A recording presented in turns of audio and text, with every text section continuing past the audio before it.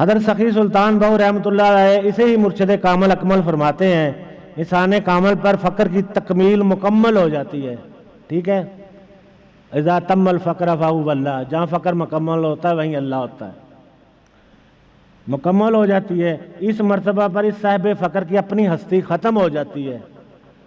یہ وہ مقام ہے جب میں اور تو کا فرق ختم ہو جاتا ہے، اور وہ اللہ تعالیٰ سے یکتائی کے اس مرتبہ پر فائز ہو جاتا ہے جہاں دوئی نہیں ہوتی۔ یہ ابیات میں بھی آگے آئے گا۔ حدیث قدسی کے مطابق اس کا بولنا اللہ کا بولنا ہوتا ہے، اس کا دیکھنا اللہ کا دیکھنا ہوتا ہے، اس کا سننا اللہ کا سننا ہوتا ہے، اس کا چلنا اللہ کا چلنا ہوتا ہے، اس کا پکڑنا اللہ کا پکڑنا ہوتا ہے۔ اس مقام کی طرف علامہ اقبال نے بھی اشارہ کیا ہے۔ ہاتھ ہے اللہ کا، بندہ مومن کا ہاتھ، یہ حدیث قدسی ہے۔ بندہ جب زید بن وافل کے ذریعے میرا قرب حاصل کرنے کی کوشش کرتا میں اس کا ہاتھ بن جاتا ہوں، پیر ہے نا، آپ نے سنی ہوئی، یہ اس حدیث کا ذکر، حدیث قدسی کا ذکر ہے۔ ہاتھ ہے اللہ کا، بندہ مومن کا ہاتھ، غالب و کار آفری، کار کشا کار ساز، خاکی و نوری نہاد، خاکی بھی ہے نوری بھی ہے، خاکی و نوری نہاد، بندہ مولا صفات، ہر دو جہاں سے غنی، اس کا دل بے نیاز۔ سیدنا غوث الاعظم فرماتے اے بندے، جب تو مقام فنا پر پہنچے گا تو تجھ پر تکوین وارد کی جائے گی، یعنی فنائیت کے بعد موجود کرنا اور کائنات پیدا کرنا تیرے سپرد کیا جائے گا، اور عالم میں تصرف کرنے کی تجھے طاقت عطا کی جائے گی، جس کی بدولت تو جہان میں تصرف کرے گا۔ کتاب فتوح الغیب، سمجھ گئے آپ؟ باج وصال، آپ سمجھ گئے وصال کا مطلب؟ بجائے وہاں اس مقام تک پہنچے بغیر جب تک دوئی ہے۔ پنجابی میں رجت کہتے ہیں، اردو میں اور فارسی میں رجت کہتے ہیں۔ پنجابی میں رجت کہتے ہیں، اردو اور فارسی میں رجت کہتے ہیں۔ پھر واپس گر جانا اپنے مقام سے، وہیں پہنچ جانا جہاں سے چلے تھے۔ یہ وصال الہی کے بعد رجت نہیں ہوتی، یا پنجابی میں رجت نہیں ہوتی۔ تو اس کے وصال الہی کے بغیر جتنے مقام و مرتبے، پروازیں، منزلیں، مقامات، درجات، سب بیکار ہیں۔ سمجھے آپ؟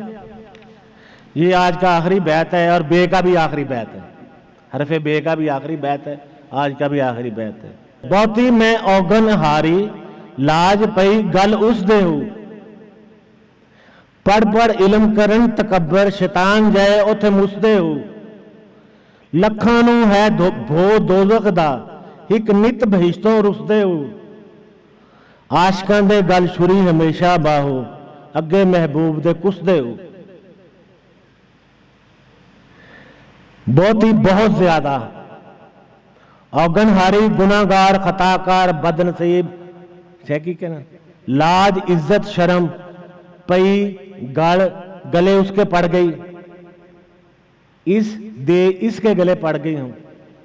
میں بہت زیادہ گناہگار، خطاکار اور گناہگار ہوں، اور میری عزت اور شرم اس کے میرے مرشد کے پاس ہے،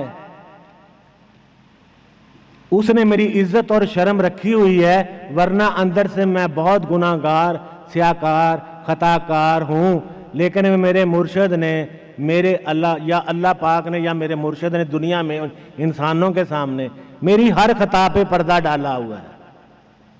کیونکہ جب یہ علم باطن حضور علیہ الصلوۃ والسلام نے دینا چاہا تو تمام تصوف کی کتابوں میں آتا ہے، کیونکہ صاحب تصوف کے سلاسل کے امام حضرت علی کرم اللہ وجہ الکریم ہیں، تو آتا ہے کہ آپ نے حضرت ابوبکر صدیق سے پوچھا اگر یہ علم میں تجھے عطا کر دوں تم کیا کرو گے؟ انہوں نے کہا میں صدق اختیار کروں گا، سچ بولوں گا۔ حضرت عمر فاروق سے پوچھا اگر میں تمہیں یہ دے دوں تم کیا کرو گے؟ انہوں نے کہا میں عدل کروں گا۔ ٹھیک ہے۔ آپ نے حضرت عثمان غنی سے پوچھا تم کیا کرو گے اگر یہ علم تمہیں میں دے دوں؟ کہ بہت بڑا علم ہے کہ ایک انسان کے بارے میں سب کچھ جان لینا۔ تو انہوں نے کہا میں شرم و حیا کروں گا۔ حضرت علی کرم اللہ وجہ کریم سے پوچھا گیا آپ کو اگر میں یہ علم دے دوں تو آپ کیا کریں گے؟ آپ نے کہا میں لوگوں کے عیبوں پہ پردہ ڈالوں گا۔ حضور نے فرمایا تم اس علم کے حقدار ہو، اس لیے تمام سلاسل آپ سے چلتے ہیں۔ میاں محمد بھائی صاحب فرماتے ہیں کم فقردہ پردہ پوشی، ٹھیک ہے۔ میں بہت زیادہ گناہگار، اوگنہاری کے کئی مطلب ہیں، اور یہ گناہگار بھی ہے، سیاہکار بھی ہے، خطاکار بھی ہے۔ میں بہت زیادہ گناہگار، خطاکار، سیاہکار ہوں، لیکن میری لاج یعنی عزت و شرم میرے مرشد کے گلے میں پڑ گئی ہے کہ اس نے چھپا کے میرے سارے عیب رکھنے ہیں۔ یعنی کہ میں بہت زیادہ گناہگار، خطاکار ہوں، لیکن میرا مرشد میری ہر چیز کو چھپا کر، ہر چیز کو پردہ ڈال کر مجھے بلند رکھتا ہے، ٹھیک ہے جی۔ پڑھ پڑھ علم کرن تکبر، کرن سے مراد کریں، علم جو حاصل کرتے ہیں، خواہ دنیاوی ہو خواہ دینی ہو، جو علم حاصل کرتے ہیں ان کو تکبر میں مبتلا ہو جاتے ہیں۔ میں آ جاتی، میں بڑی آ جاتی۔ شیطان جے اتھے مسدے ہو،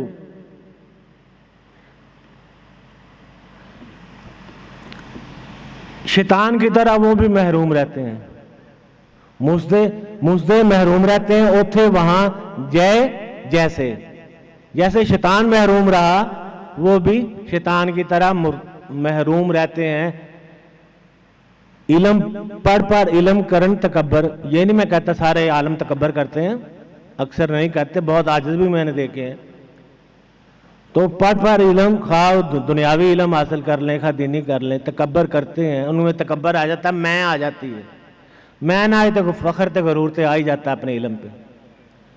تو وہ شیطان کی طرح اللہ کی اس نعمت سے محروم رہتے ہیں، کیونکہ ظاہر ہے کہ وہ دنیا کے سامنے ظاہر ہو جاتے ہیں ایک نہ ایک نہ وقت میں جا کے۔ لکھاں نو ہے بھو دوزخ دا، لکھاں لاکھوں نو کو ہے بھو کہتے ڈر کو، خوف، دوزخ دا، دوزخ کا، لاکھوں کو دوزخ کا خوف ہے، لاکھ دوزخ سے ڈر رہے ہیں کہ دوزخ میں نہ چلے جائیں۔ ہک نت بہشتوں رستے ہو، ہک ایک نت روز بہشتوں جنت رستے روٹھے۔ ایک ایسے لوگ بھی ہیں جو جنت سے ہی روٹھے رہتے ہیں، کہتے ہیں ہمیں جنت بھی نہیں چاہیے، دوزخ کا ڈر تو بہت دور کی بات ہے، ہمیں جنت بھی نہیں چاہیے۔ وہ ہوتے ہیں طالب مولا اور عادت مند سالک، جن کو اللہ کے سوا نہ جنت چاہیے، نہ انہیں دوزخ سے ڈر ہوتا ہے، نہ انہیں جنت کی ضرورت ہوتی ہے۔ عاشقاں دے گل چھری ہمیشہ باہو، اگے محبوب دے کس دے ہو۔ عاشقوں دے کے مطلب کے، گل گلے، چھری تو چھری ہوتی ہے، آپ کو پتہ ہے، ہمیشہ ہر وقت، باہو اگے آگے، محبوب دے کے کس دے ذبح ہوتے ہیں۔ عاشقوں کے گلے پر تو ہر وقت چھری رکھی رہتی ہے، کہیں مرشد ناراض نہ ہو جائے، کہیں ہم سے ڈیوٹی نہ رہ جائے، کہیں ہم کوئی غلط کام نہ کر بیٹھیں، خوف انہیں کے گلے پہ چھری رہتی ہے، وہ اس خوف میں رہتے ہیں۔ اور ہر وقت محبوب کو آپ مرشد لے لیں، مرشد کے آگے کچھ دے ہو، ہر وقت مرشد کے آگے خوف سے کانپتے رہتے ہیں۔ مرشد کے آگے خوف سے کانپنا جو ہوتا ہے، کہ حضور علیہ الصلوۃ والسلام کے بعد کوئی نبی تو نہیں ہے، وہ مرشد ہی رہ گئے ہیں۔ مرشد کامل اکمل کی بات کر رہا ہوں، جس کی تعریف حضرت سخی سلطان بہو رحمۃ اللہ علیہ نے کی ہے۔ جس کی تعریف حضور سیدنا غوث اعظم نے کی ہے. یہ عمل جو یہ یاد رکھیں، جو عمل ہوتا ہے نا یہ موکلوں والا، یہ پیر نہیں ہوتا، یہ شیطان ہوتا ہے اور بدبخت ہوتا ہے اور یہ لعنتی ہوتا ہے، اور اس کا اسلام سے کوئی تعلق نہیں. یہ موکل قابو کرتا ہے اور جو موکلوں کو پکڑ کر پیر بن جاتا ہے.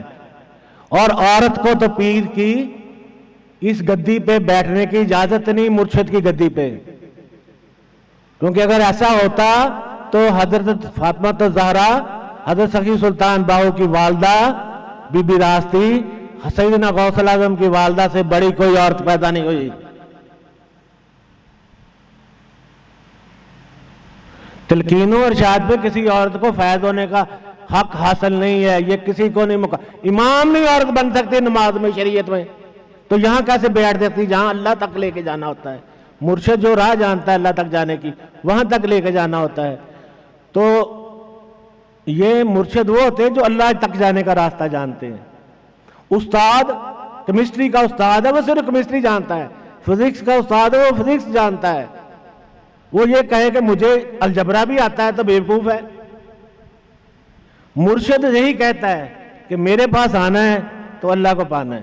یہ جو موکلوں والے ہوتے ہیں نا یہ شیطان ہوتے ہیں، اور یہ کالے جادو کے، نوری علم بھی کرے تو کالے جادوگر ہوتے ہیں، لعنتی ہوتے ہیں، مشرک ہوتے ہیں، اور یہ دین اسلام سے خارج ہوتے ہیں.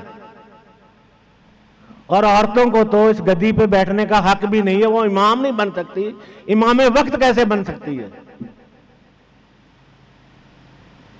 جب وہ امام بن کر نماز نہیں پڑھا سکتی؟ عورتوں کو بھی نماز نہیں پڑھا سکتی.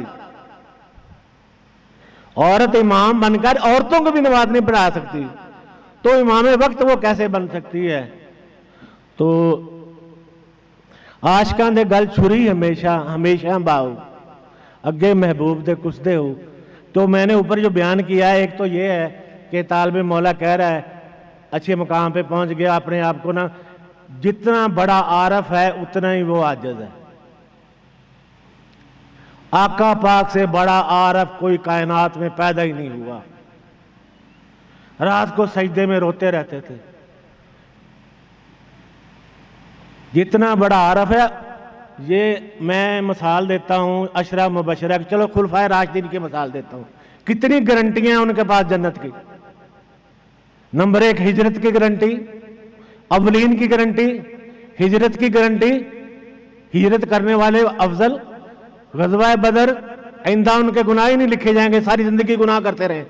اللہ نے کہا میں نے ان کے لکھنے ہی نہیں گناہ. بیعت رضوان کے وقت اللہ پاک نے کہا رضی اللہ عنہم ورضوا عنہم. فتح مکہ کے وقت ساتھ تھے. یہ 4 خلفائے راشدین میں عشرہ مبشرہ کا ذکر نہیں کر رہا، ویسے تو عشرہ مبشرہ کا ذکر بھی ہونا چاہیے. یہ چاروں خلفائے راشدین کو خلافت ملی، لیکن کیا تھا؟ اتنی گارنٹیاں پاس تھیں ان کے، پھر بھی خوف زدہ رہتے تھے ہر وقت. اس لیے جتنا بڑا عارف ہوتا ہے اتنا عاجز ہوتا ہے، کیونکہ اس کو اللہ کا پتہ ہوتا ہے. تو یہ جو 4 کتابیں پڑھ کے چوڑے ہو کے ٹانگیں چوڑی کر کے چلتے پھرتے، ان کو معرفت نہیں ہوتی. جس کو معرفت ہو جاتی ہے وہ بڑا، کسی وقت بھی اس کا کھاتا ایسے کلوز ہو سکتا ہے. سمجھے؟ وَمَا عَلَيْنَا إِلَّا الْبَلَاغُ الْمُبِينُ.